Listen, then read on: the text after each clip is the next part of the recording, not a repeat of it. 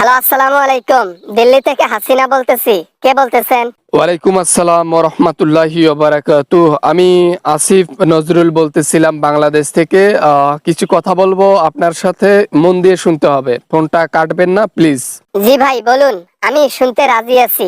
শুধু বিনিময়ে একটা জিনিস, শেষ পর্যন্ত যেন বাংলাদেশে একটু স্থান হয়, অল্প একটু স্থান হয়, যেন আমি শুধু থাকতে পারি আর খাইতে পারি, কোনো রকমে জীবনটা কাটিয়ে দেব। বলেন। বাংলাদেশের লোক তো চাচ্ছে আপনি বাংলাদেশে আসেন, তো বাংলাদেশে আসতেছেন না কেন? হ্যাঁ, বাংলাদেশে অবশ্যই আসেন, লোকেরা অপেক্ষা করতেছে আপনার জন্য, আসেন।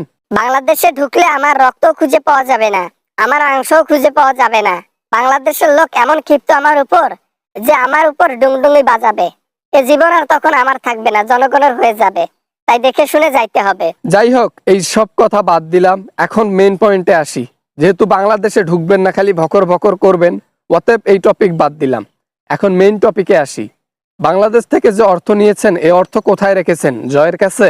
50 লক্ষ কোটি টাকা চুরি করেছি বাংলাদেশের সম্পদ থেকে, মানে জনগণের টাকা আর কি। সবকিছু উন্নয়নের নামে চুরি করেছি, আমি স্বীকার করি।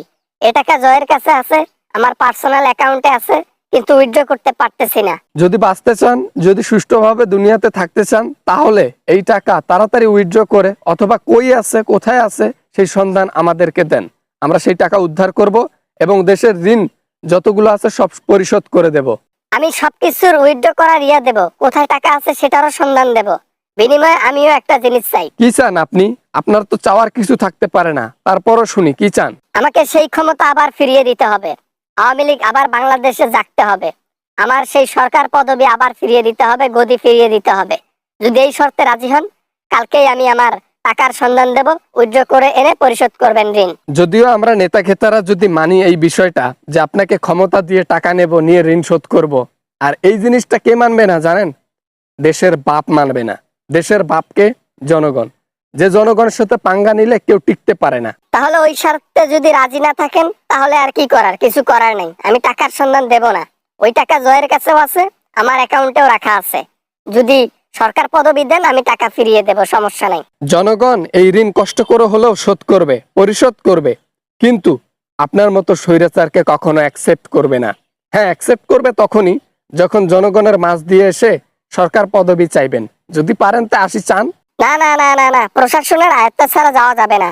জনগণের মাঝ দিয়ে ঢুকে গেলে আমি শেষ। অতএব আমি ওইখানে যাব না। আমাকে কি বোকা পাইছেন নাকি?